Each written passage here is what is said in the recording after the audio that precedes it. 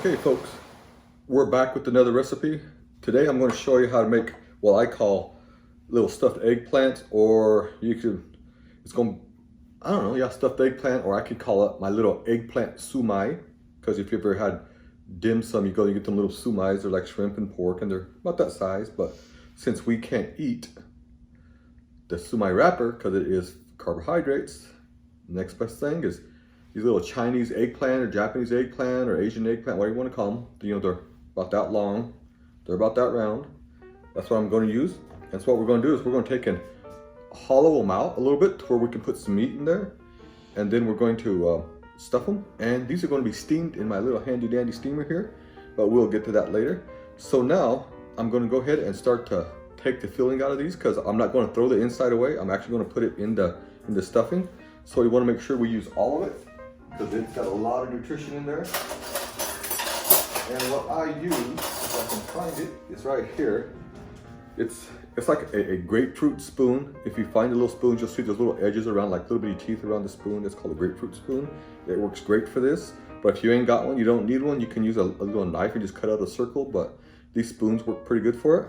So you just put it in there and you just twist it around. And when you're picking out these eggplant, you want to make sure you get them that is firm. See, there's just take a little chunk like that out of there to make a little dip, because you also want to get some of the eggplant. So like that, and then I'm just going to set these right here on the board. And then when I get them all tucking out, then I'm going to take my knife here and dice them up and put them into filling. And for the filling, what we got is, I got a pound of ground pork there, nice fatty ground pork. And then we're going to put all this stuff in there. But I'm going to go ahead and get all these little eggplants here hollowed out before we put the meat, and then I will be back to show how we're going to make the stuffing, the filling for the eggplant SUmai. So I'm just going to do a few more here, and then I'll cut the rest of it out. There you go, little eggplant, just hollowed out. That's all there is to it. It cuts pretty simple. So yeah, just take the little plugs out. That we have a little bitty hole there. And so I'm going to go ahead and finish this, and then we'll be back to discuss the meat. Okay, I'm back, and as you can see, I've got all the little eggplant stuffers here. They're all hollowed out. And if you'll see some of them when you're doing this, you can see there might be a little hole in the bottom of it, but that is perfectly okay, because when these steam, that might even be good for some of the juice to run out. That way it don't completely get sopped up. So yeah, that's fine. Don't worry about that. That is just fine. And what you got here is all the little pieces that came out of the inside of the eggplant. So I'm going to do here, like I said, in this bowl here, I have a pound of nice fatty pork meat. We buy pigs from a local farmer here, and this is really good meat. So I just got that in there, and the only thing I'm not going to show you here is I got a quarter teaspoon of white pepper in with the meat, and so far that is all in the bowl. And so I'm now just going to dice up this eggplant that we took out of there and put that in there. Because as this steams, you want to dice it fine, because it will cook really easy, because it's steaming. Eggplant, once it steams, it gets really nice and soft. This is going to add some extra nice flavor and texture to the meat, and help hold some of that flavor in the juice that comes out of there. So just get it just as fine as you can. I mean, you don't want to paste, but go ahead and dice it pretty good. Okay, just about ready here. There we go. Now we're going to take that. So whatever was in here, that's what we're putting in the meat. So go ahead and put that in meat. And I can guarantee you folks, you're not going to, all this filling that you're making is not going to fit in these eggplant here, so you're going to have extra. And so you can take that extra meat, and I mean, you can make cabbage rolls with it, or you know, make a patty out of it, like a sausage patty, because it's fantastic. So, but yeah, it will not all fit in these little eggplant hollows. So just so you're aware. And what I got here is, this is just two. These are the brown mushrooms that we buy at Costco. I just julienned them really small, just two of them. It looks like quite a bit, but it's just two. And we're also going to put that in the meat. There we go. And here, I've got a nice good tablespoon of garlic ginger paste. But I'm not putting this in the meat. I'm going to show you a trick to make sure you get all your flavors through the meat. So I'm going to put that in there. It's just I got 4 cloves of garlic, and then I got a little 1/2 inch round piece of ginger like this. And I just diced them up really good. mix them together, put a little salt, and then use the blade of my knife here and pressure, and just made a paste out of it. And that's what that is. We got that in there. And into this, I'm going to add some shaozing cooking wine, because what we're making is pretty much like a dumpling stuffing. Like if you have the Chinese steamed dumpling, that's pretty much what we're making here. So this is shaozing wine. I'm going to put in about 3 tablespoons of that. There we go. And as I put it in, I'll get these ingredients out of the way. And then I got some 100% pure sesame oil. You want to make sure and look on the back, because you can find all sorts of crazy ingredients and stuff now off the shelf. But this is 100% pure sesame oil. There's no carbs in there. There's good fat. There's 14 grams of fat. This is per tablespoon. And I'm going to put about a tablespoon in here. There we go. And of course, all of these ingredients and measurements are going to be down in the description below. And then after that, I've got some superior light soy sauce. We'll get the Pearl River Bridge. We buy all of our sauces like this from our local Asian market, and this is the one we use. They make a dark and a light. This is a light one, and we're also going to put about a tablespoon of that in here.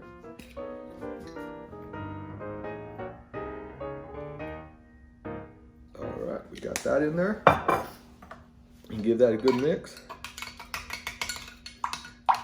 And then the last thing I'm going to put in here is I am going to put a little salt, even though the soy sauce and everything has salt in it.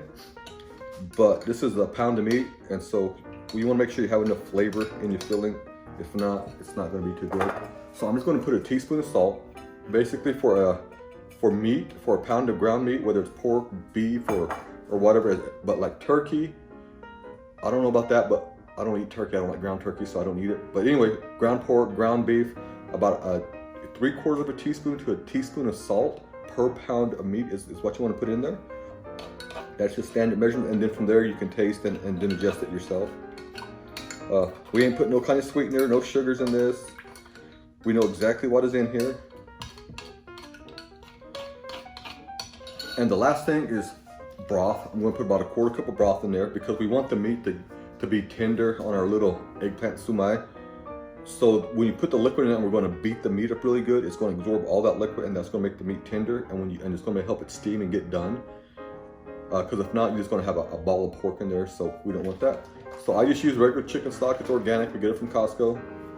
I'll either have this or bone broth. If I had made bone broth, I would use bone broth instead. But I ain't got bone broth, so I'm using this. And so we're just going to bring that up, just a 1/4 cup here.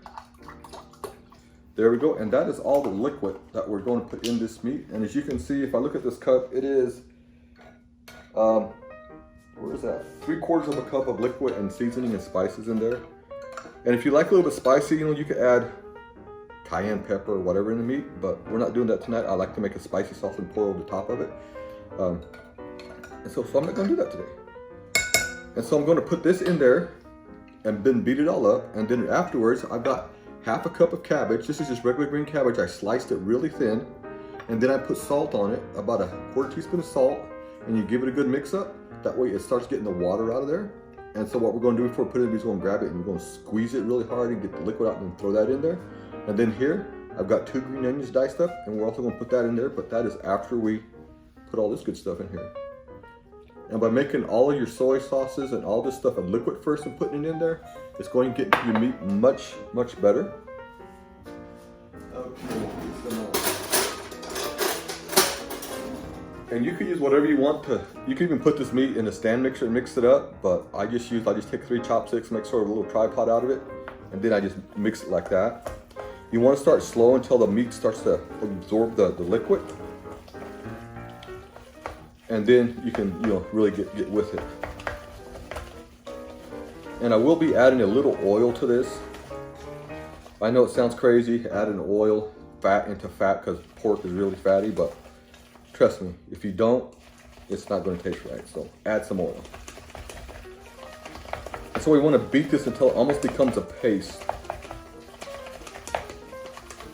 And always want to mix it in the same direction. You never want to do this and none of that stuff, because if you do, with the oils and the salts in there, the proteins in the meat, they break down. And if you're going in all sorts of directions, then proteins are going to start to make little bitty balls, BP-like balls. And when you bite into it, you're going to feel something hard. It's going to hurt your tooth. Well, that's the broke down protein.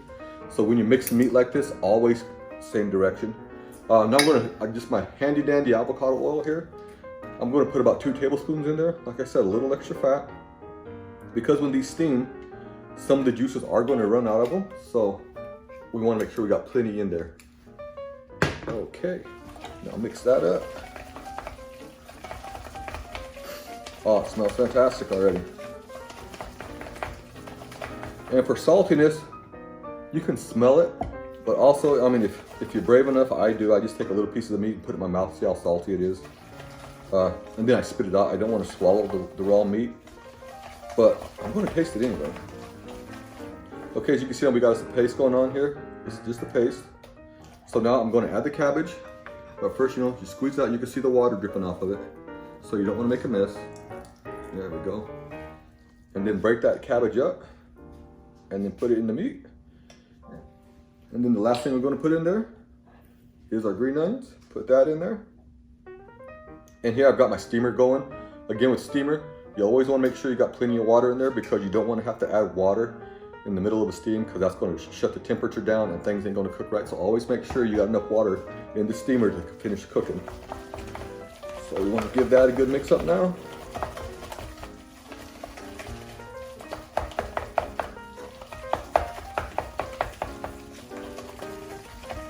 Okay, thanks for getting this back here. There we go. See, you can see the meat there. It's getting really stringy. I'm going to beat it just a little bit more. And like I said, you can do this in a mixer. It makes it a lot quicker and less work, but I just like doing it by hand. It gives your shoulders a workout, and you just, I don't know.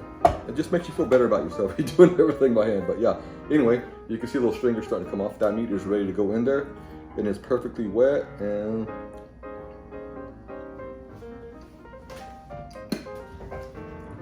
a little bit more salt. And a little bit more soy. I know this is not, some people say no soy on keto, but I guess what I do is dirty keto, because I use the seasoning. I mean, if you're allergic to soy, that's one thing, or if you have issues with soy. But unless you're eating this stuff by the gallons every day, it's not going to affect you. Just remember all them tests that talk about soy products being bad for you. They pump them lab animals in mass quantities of this stuff. It's just not eating it once or twice a week, or even 3 times a week. They are pumping these little animals just full of this stuff. Probably 3 times their own weight every hour or so. I mean, studies are good, but you always want to realize how they're doing in studies.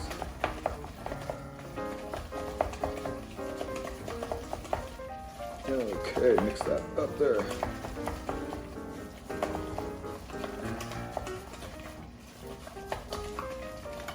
Okay, now that smells better.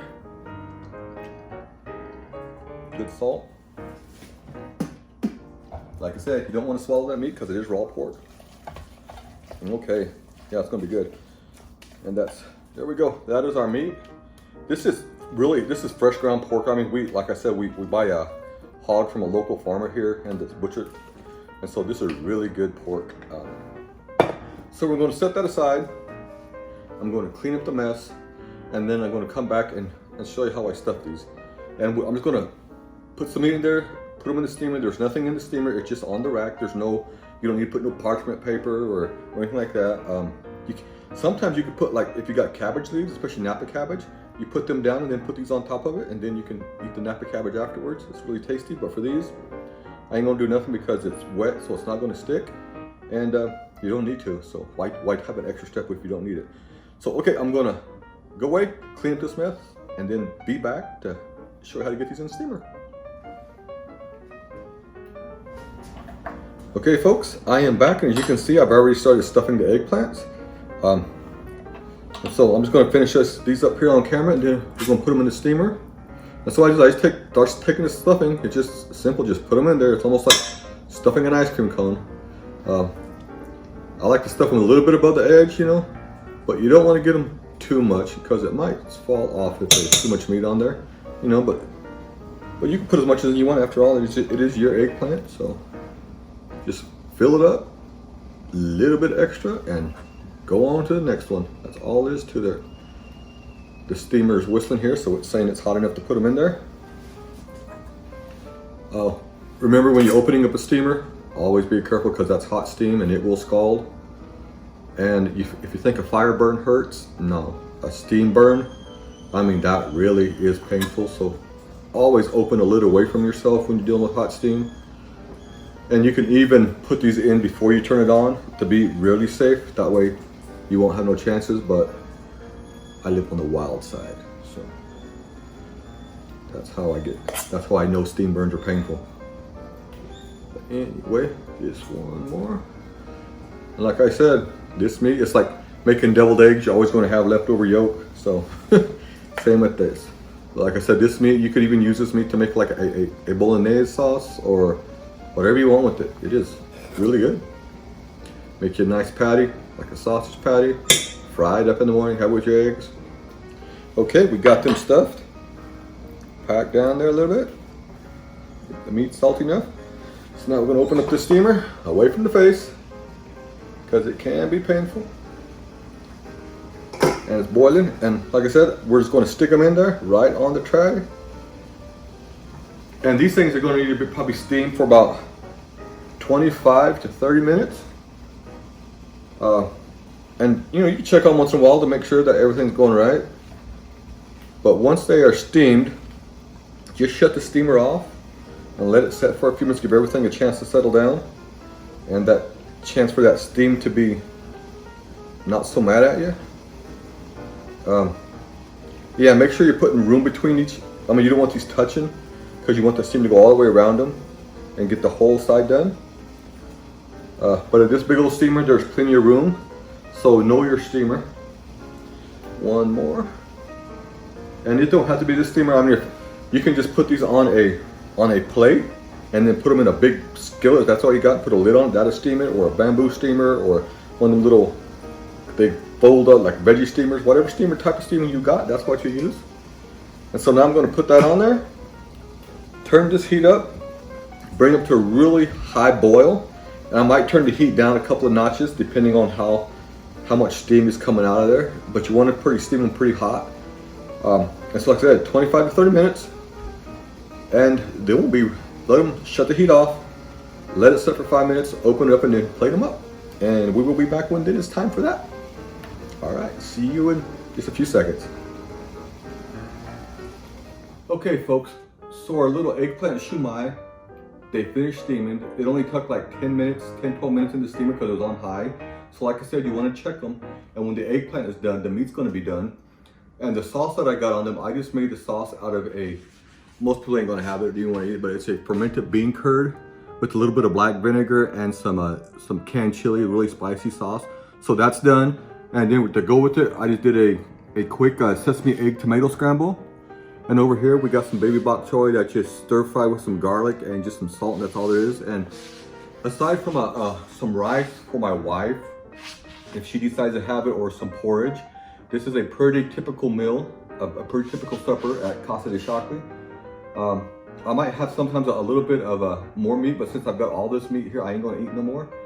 But yeah, on an OMAD, this is pretty much what I eat. And I get plenty of calories. I'm not weak, I'm not hungry. And if I do get a little bit hungry during the day, you know, a little fat bomb here and there, or half an avocado, and you're good to go. So with that said, let me go ahead and try one of these little eggplant, little SUmais here, and see how we turned out there.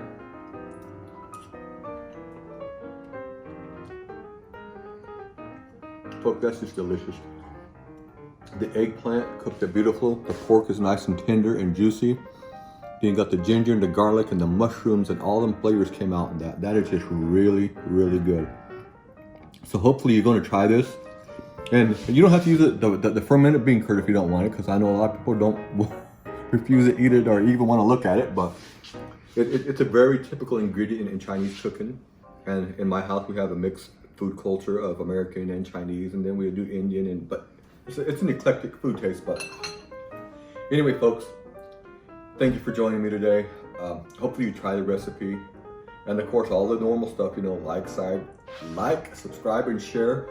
Give me a comment on what you think about it, and what you think about the videos. If you like the format, I've been thinking about sort of changing it up, where just show the dish at the beginning and then go through it, or if I talk too much or whatever. But anyway, folks, thanks for joining me. Until next time, God bless and good eats.